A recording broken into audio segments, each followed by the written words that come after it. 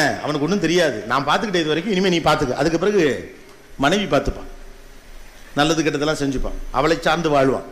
அதுக்கடுத்து என்ன மாதிரி ஒரு பொம்பளை பிள்ளை பார்த்துட்டான்னா ராசா, பாத்ரூமில் குளிச்சுக்கிட்டு கேளே வெளியில் துண்டோடு நிற்கும், அப்பா சீக்கிரம் வாப்பா அப்படின்னு கூடவே வரும்,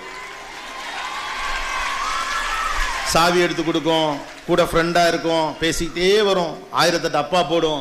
இந்த உலகமே உங்களுக்கு ஒரு பெண்ணுன்னு மாறும். அந்த அடுத்து மகளை சார்ந்து வாழ்வீங்க.